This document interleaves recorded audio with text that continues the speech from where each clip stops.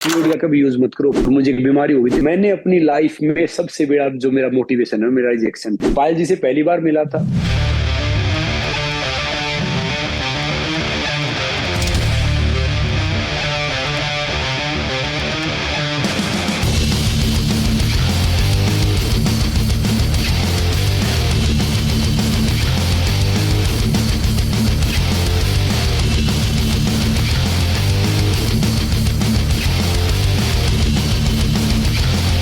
जी नमस्ते, मैं हूं संग्राम सिंह और आप मुझे सुन रहे हैं ब्रूट हिंदी पे। स्वच्छ भारत अभियान का ब्रांड एम्बेसडर मैं नहीं हूं तो हर इंसान है, हम सबको जिम्मेदारी लेनी चाहिए। ये वाकई एक बहुत अच्छा इनिशिएटिव है जो हमारे प्राइम मिनिस्टर साहब ने लिया है, मगर ये सफल तभी होगा, ये आगे तभी जाएगा जब हम सब अपनी जिम्मेदारी समझेंगे। जो ये कहते हैं ना कि भैया खाना मत खाओ, रात का खाना छोड़ दो, सूर्यास्त के बाद नहीं खाना चाहिए, उन ज्ञानियों की सुननी नहीं चाहिए हमें। जी पता है क्यों? हम सब काम करने वाले इंसान हैं, हम 8-9 बजे आएंगे।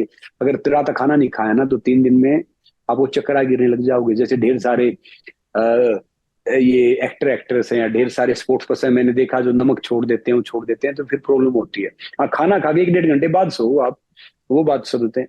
तो मैं सिंपल खाना खाता हूँ और एक आपको बताऊं, अगर आप खुश होके है ना सूखी रोटी प्याज भी खाते हैं तो मैं कहता हूँ कि उससे ज्यादा प्रोटीन विटामिन मिनरल मिलेगा ही नहीं किसी को भी। स्टीरॉइड का कभी यूज मत करो। प्री वर्कआउट पोस्ट वर्कआउट इनके चक्कर में मत रहो भैया। अपना एक एक खाने की मैं बहुत आपको एक अच्छी टिप्स दे रहा हूँ। अगर आपको फिट रहना है तो हमेशा खाना भूख से कम, पानी डबल, वर्कआउट ट्रिपल और हंसना 4 गुना। हो गया काम, आपका फिट हो गए। मुझे एक बीमारी हो गई थी, रूमेटिक अर्थराइटिस, जिसमें डॉक्टर कहते थे कि भैया ये बीमारी डेथ के साथ खत्म होती है, और मैं कहता हूँ कि वो बीमारी 200% क्योरेबल है। सबसे बड़ा जो मेरा मोटिवेशन है मेरा रिजेक्शन है। मैं कुश्ती में रिजेक्ट किया गया, मैं मोटिवेशनल स्पीच में रिजेक्ट किया गया, मैं टीवी पे रिजेक्ट किया गया, मैं फिल्मों में रिजेक्ट किया गया। आज मैं सारे काम वही कर रहा हूँ जहां पे मुझे रिजेक्शन मिला था।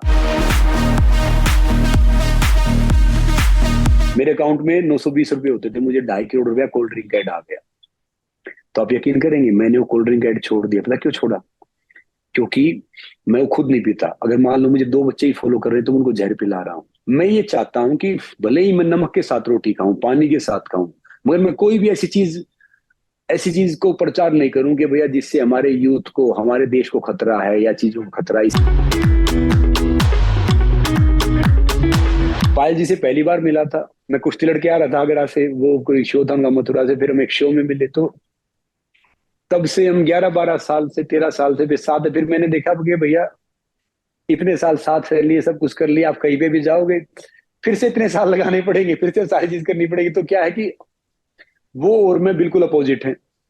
वो साउथ है तो मैं नॉर्थ हूँ। उनका सोचना करना अलग रहता है, मेरा से अलग रहता है। यही कारण है कि हम साथ में हैं। बाकी कुछ इंसान ऐसे होते हैं जो जैसे दिखते हैं वैसे होते हैं। तो पायल जी वन ऑफ द पर्सन। मैं बिग बॉस में गया था, एक मेरे सर थे, बाकी और थे, उन्होंने सबने मुझे वो किया। और उस टाइम पे क्या था कि मैंने एक एक घर खरीदा था, उसकी ईएमआई इतनी कुछ थी। तो वो बोले कि भैया यहाँ पे आ जाओ, ये है, ये इतना पैसा मिलेगा, ये सारी चीज मिलेगी। बाकी पहले बोलते थे लोग उसमें वो इंसान आते हैं जो कॉन्ट्रोवर्शियल जिना करे खत्म हो जाता है। मुझे पता ही नहीं था। मैं वहां पे 20 रुपए निकर 30 रुपए बनियान में ऐसे ही गया था। तो उसने मेरी जिंदगी चेंज की अच्छे वे में। बाकी मैंने कभी अपना सीजन नहीं देखा पूरा, और ना मैं उसके बाद कभी फॉलो कर पाया। मैं रेसलिंग फेडरेशन ऑफ इंडिया का पहला ब्रांड एम्बेसडर था 2014-15 में। तो मैंने ब्रिजभूषण जी के साथ बहुत काम किया, तो वो बहुत अच्छे थे उस टाइम पे। बाकी जो ये बच्चे बैठे थे जैसे बजरंग है या विनेश है, साक्षी, छोटे बहन भाई थे। तो मुझे नहीं पता था कि जो ये इल्जाम थे मोलेस्टेशन का या उस साइड का, तो मैं सिर्फ वॉच कर रहा था, देख रहा था कि भाई हो क्या रहा है, क्या चीजें चल रही हैं। क्योंकि इन सब से ज्यादा आहत में था, क्योंकि क्या पता क्या है, दोनों साइड से कुश्ती डाउन जा रही थी, कुश्ती नीचे जा रही थी, उनको वो पर्सनली हो रहा था। तो मैं इसलिए चुपचाप रहा, मैं देखता रहा और नोट करता रहा कि भैया कहते ना कि सच्चाई परेशान हो सकती है, पराजित नहीं। तो मैंने कहा सच्चाई सामने आएगी, सब कुछ होगा। तो मैं तो एक बीच में मझदार में था। मैंने उनके साथ भी काम किया, मेरे साथ तो बहुत नाइस थे। मैंने इनके साथ भी काम किया, ये भी बहुत नाइस थे। तो मैं उसमें कश्मकश में था, तो इसलिए मैंने कुछ बोला नहीं किसी के लिए भी। मैंने सिर्फ ऑब्जर्व किया, वॉच किया। हाँ, जो भी दोषी है, जिसने गलत किया, उसको बिल्कुल सजा मिलनी चाहिए।